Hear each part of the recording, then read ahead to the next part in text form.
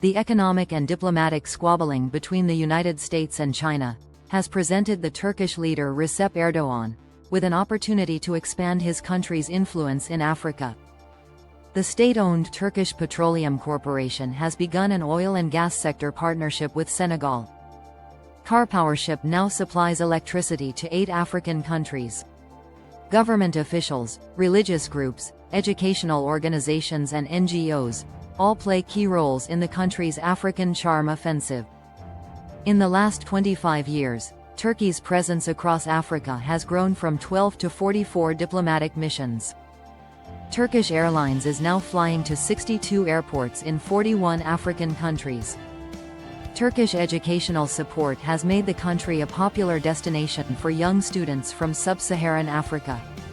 But as Turkey deepens its influence in Africa, shouldn't the country also reckon with its own anti-blackness? Turkey's pride in its history and the country's deep-rooted patriotism has generated what some observers describe as a narrow and exclusionary definition of Turkish identity.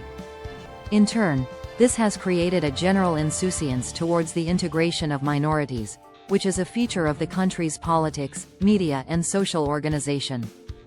With the Turkish diaspora increasingly open to the invitation to whiteness it receives across Europe, racial understandings have hardened and the country appears reluctant to discuss, or even acknowledge the scale of its anti-blackness.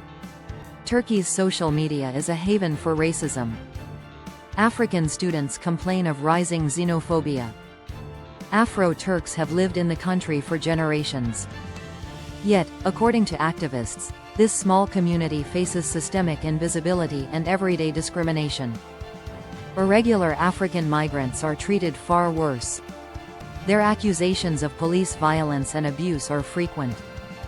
The most recent report on Turkey from the European Commission against Racism and Intolerance stressed that hate speech against refugees and migrants is widespread in the media. The report adds that the country faces a serious problem with racist violence.